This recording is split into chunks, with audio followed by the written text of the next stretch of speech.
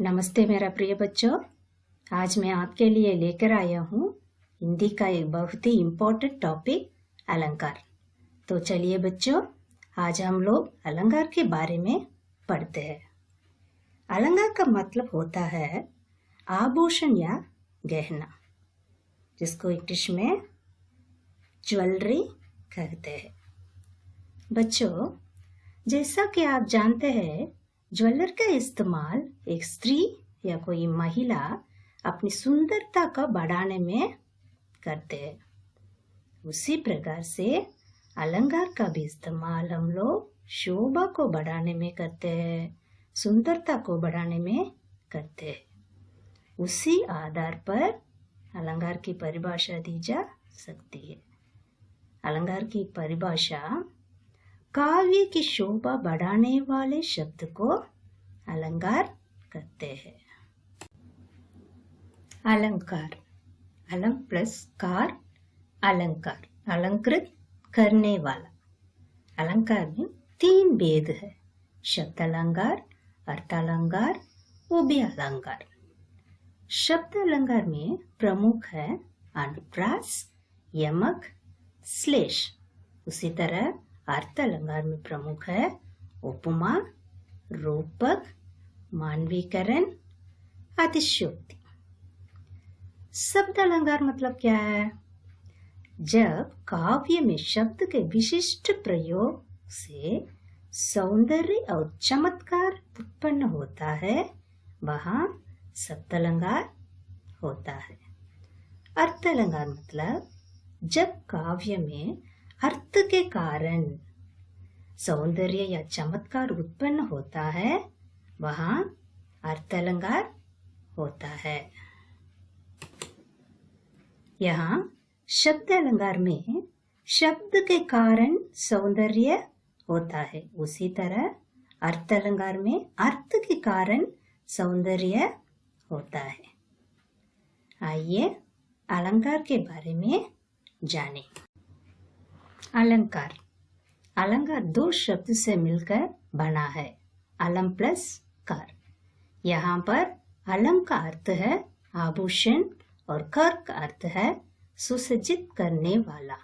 जिस तरह से एक नारी अपनी सुंदरता को बढ़ाने के लिए आभूषणों को प्रयोग में लाती है, उसी प्रकार भाषा को सुंदर बनाने के लिए अलंकारों का प्रयोग किया जाता है। अर्थात जो शब्द काव्य की शोभा को बढ़ाते हैं, उसे अलंकार कहते हैं। जिस तरह से आभूषण व्यक्ति की शोभा बढ़ा देता है, उसी तरह अलंकार काव्य की शोभा बढ़ा देता है। आइए अनुप्रास अलंकार के बारे में जानें। शब्द अलंकार, शब्द अलंकार 2 शब्द से मिलकर बना है, शब्द प्लस अलंकार। शब्द के 2 रूप है, ध्वनि और अर्थ। ध्वनि के आधार पर शब्द अलंकार की सृष्टि होती है। इस अलंकार में वर्ण या शब्द की लयात्मकता या संगीतमकता होती है, अर्थ का चमत्कार नहीं। जिस अलंकार में शब्द के प्रयोग के कारण कोई चमत्कार उपस्थित हो जाता है और उन शब्द के स्थान पर शमनार्थी दूसरे शब्द के रख देने से वह चमत्कार समाप्त हो जाता है, वह शब्द अलंकार माना जाता है। अर्थात जो अलंकार शब्द के माध्यम से काव्य को अलंकृत करते हैं, वे अलंकार कहलाते हैं। शब्द अलंकार के 3 भेद है, वे अनुप्रास अलंकार, यमक अलंकार, श्लेष अलंकार। ये 3 प्रमुख है। अनुप्रास अलंकार, वर्णों की आवृत्ति को अनुप्रास कहते हैं। आवृत्ति का अर्थ है किसी वर्ण का एक से अधिक बार आना। अनुप्रास 2 शब्द के मेल से बना है, अनु प्लस प्रास, अनुप्रास। अनु का अर्थ क्या है? अणु का अर्थ है बार बार तथा प्रास का अर्थ है वर्ण, अर्थात जहाँ स्वर की समानता के बिना भी वर्णों की बार बार आवृत्ति होती है या जिस रचना में व्यंजन वर्णों की आवृत्ति एक या दो से अधिक बार होती है वहाँ अनुप्रास अलंकार होता है। यहाँ उदाहरण में देखिए, मुदित महीपति मंदिर आए, सेवक सुमंत्र बुलाए।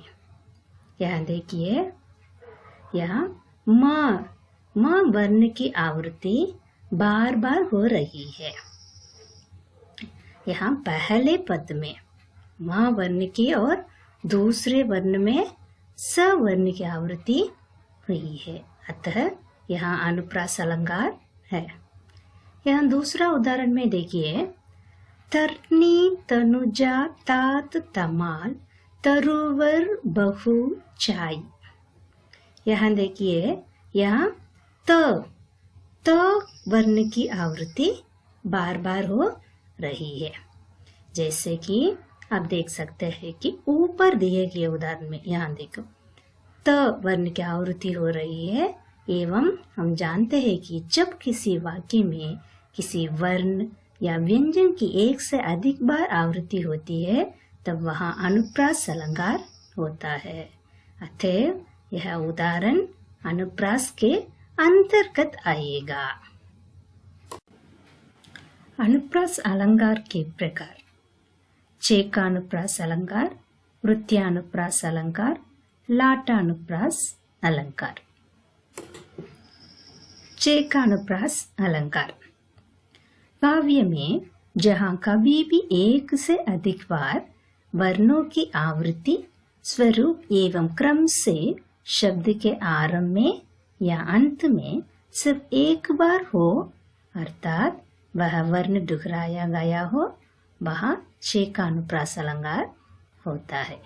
यहाँ उदाहरण में देखिए, मैं बैरी सुग्रीव पियारा, कारण कवन नाथ मोही मारा। यहाँ क वर्ण की आवृत्ति स्वरूप एवं क्रम से सिर्फ एक बार हुई है। वृत्त्यानुप्रास अलंकार काव्य में जहाँ दो से अधिक बार शब्द के प्रारंभ में या अंत में वर्णों की आवृत्ति हो वहाँ वृत्त्यानुप्रास अलंकार होता है। उदाहरण में देखिए, कुलन में केली, में कचारन में, कुंजन में, क्यारिन में, कलिन कलिन किलकंद है। यहाँ क वर्ण की आवृत्ति स्वरूप एवं क्रम से अनेक बार हुई है, इसलिए ये वृत्त्यानुप्रास अलंकार होता है। दूसरा, लाटानुप्रास अलंकार, जहाँ पर काव्य में पूरे पद की पुनरुक्ति होने पर थोड़ा परिवर्तन करने पर विभिन्न आशय उत्पन्न हो, वहाँ पर लाटानुप्रास अलंकार होता है। यहाँ उदाहरण में देखिए, पूत कपूत तो क दन संचय, पूत सपूत तो का दन संचय। यहाँ थोड़ा परिवर्तन करने मात्र से ही पूरा बदल गया है। पहला लाइन में कपूत, दूसरा लाइन में सपूत।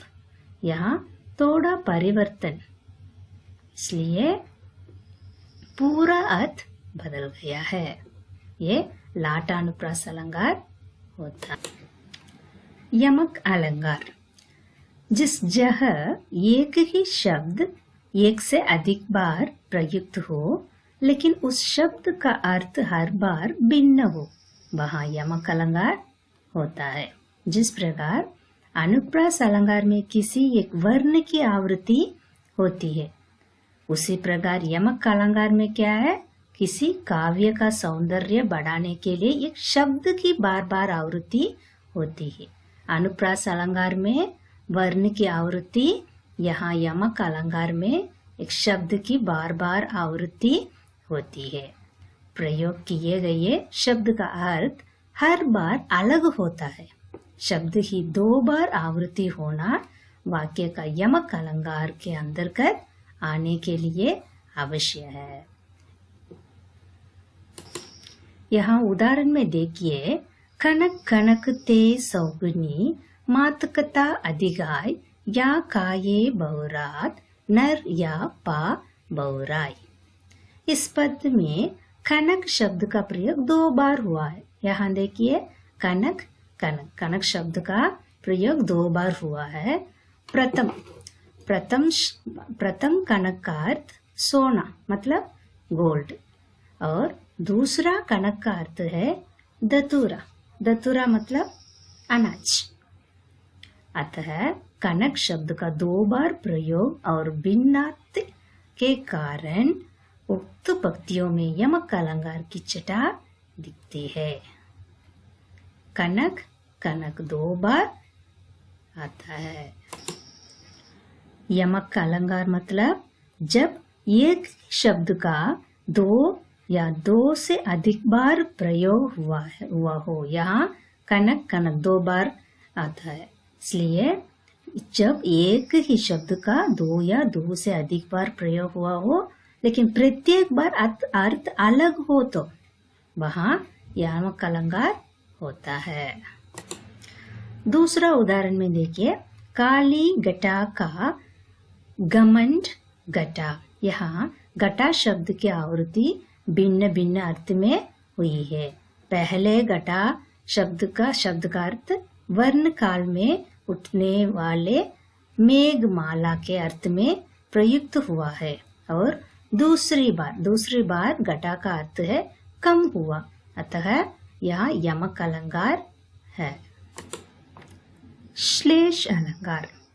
श्लेष अलंकार मतलब जब कोई शब्द एक ही बार प्रयोग हो लेकिन उसके एक से ज्यादा अर्थ हो तो वहाँ श्लेष अलंकार होता है।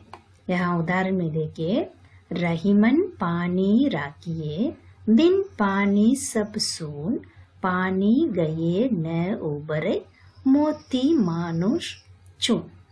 इस दोहे में रहीम ने पानी को 3 अर्थों में प्रयोग किया है। पानी का पहला अर्थ मनुष्य के संदर्भ में है, जब इसका मतलब विनम्रता से है।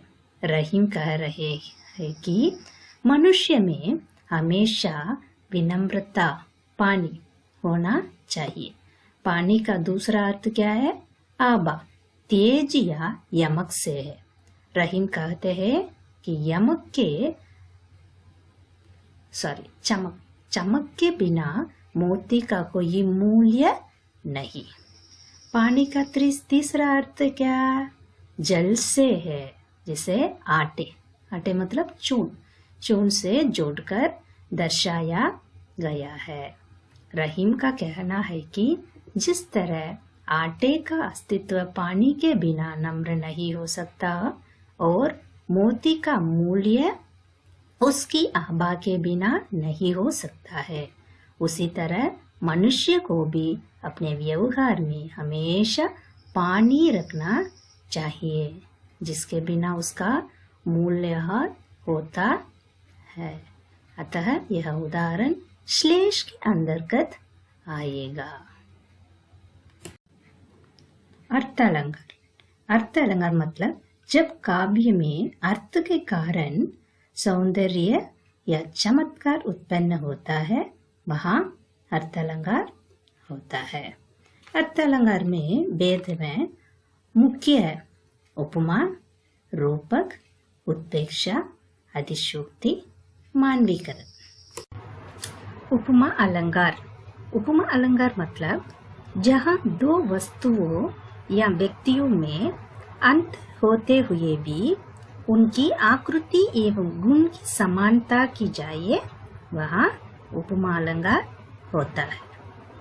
यहाँ उदाहरण में देखिए, हरि पद कोमल कमल।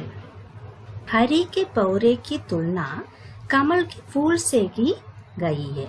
यहाँ उपमा, उपमान एवं उपमेय में कोई साधारण धर्म होने की वजह से तुलना की जा रही है, अतः यह उपमा अलंकार के अंतर्गत आएगा। दूसरे उदाहरण में देखो, मुख चंद्रमा सा सुंदर है। इस उदाहरण में चेहरे की तुलना चांद से की गई है। इस वाक्य में मुख उपमेय है, चंद्रमा उपमान है, सुंदर साधारण धर्म है एवं सा वाचक शब्द है। उपमा अलंकार के 4 अंग होते हैं: उपमेय, उपमान, साधारण धर्म और वाचक शब्द। यहाँ उदाहरण में देखिए, सागर सा गंभीर हृदय को, गिरी सा ऊंचा हो जिसका मन। इस उदाहरण में हृदय एवं मन उपमेय है, और सागर एवं गिरी उपमान है। गंभीर और एवं ऊंचा साधारण धर्म है। नेक्स्ट सा वाचक शब्द है। रूपक अलंकार, जब गुण की अत्यंत समानता के कारण उपमेय को ही उपमान बता दिया जाए, यानी उपमेय और उपमान में अभिन्नता दर्शाई जाए, तब वह रूपक अलंकार कहलाता है। यहाँ उदाहरण में देखिए, पायो जी मैंने राम रतन धन पायो। ऊपर दिए गए उदाहरण में राम रतन को ही धन बता दिया गया है। राम रतन उपमेय पर धन उपमान का आरोप है एवं दोनों में अभिन्नता है। यहाँ आप देख सकते हैं कि उपमान एवं उपमेय में अभिन्नता दर्शाई जा रही है।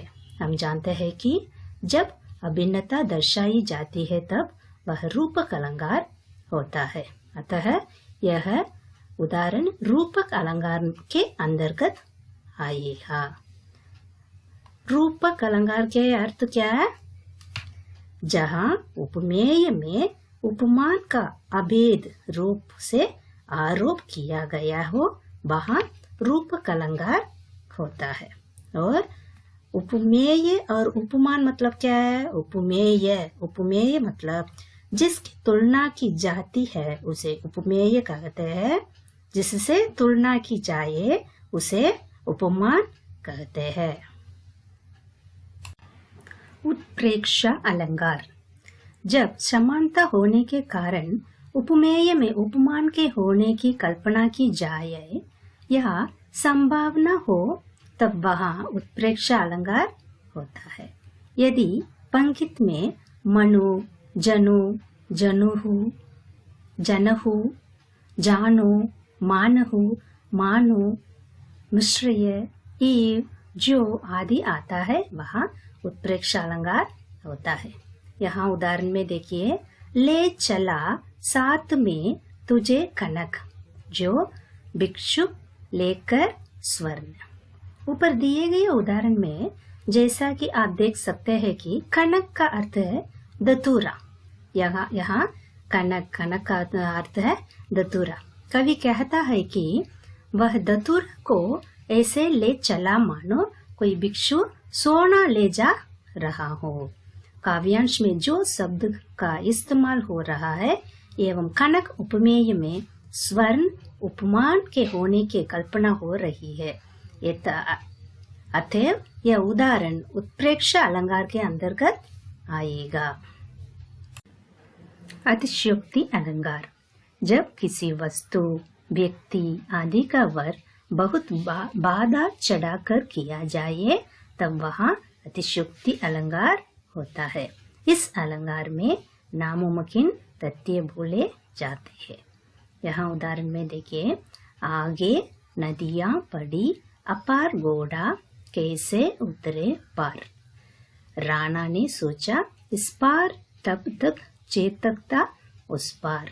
ऊपर दी गई पंक्तियों में बताया गया है कि महाराणा प्रताप के सोचने की क्रिया खत्म होने से पहले ही चेतक ने नदियां पार कर दी। यहाँ महाराज प्रताप के घोड़े चेतक की अतिशयोक्ति है एवं इस तथ्य को लोक सीमा से बहुत बढ़ा चढ़ाकर वर्ण किया गया है। अतः यह उदाहरण अतिशयोक्ति अलंकार के अंतर्गत आएगा। मानवीकरण अलंकार जब प्राकृतिक वस्तुओं जैसे पेड़, पौधे, बादल आदि में मानवीय भावनाओं का वर्ण हो, यानी निर्जीव चीजों में सजीव होना दर्शाया जाए, तब वहाँ मानवीकरण अलंकार आता है। उदाहरण में देखिए, फूल हंसे कलियां मुस्काई। जैसा कि ऊपर दिए गए उदाहरण में दिया गया है कि फूल हंस रहे हैं एवं कलियां मुस्कुरा रही है। जैसा कि हम जानते हैं कि हंसने एवं मुस्कुराने की क्रियाएं केवल मनुष्य ही कर सकते हैं, प्राकृतिक चीजें नहीं। ये असलियत में संभव नहीं है। एवं हम यह भी जानता है कि जब सजीव भावनाओं का वर्ण चीजों में किया जाता है तब यह मानवीकरण अलंकार होता है। अतः यह उदाहरण मानवीकरण अलंकार के अंतर्गत आएगा। धन्यवाद।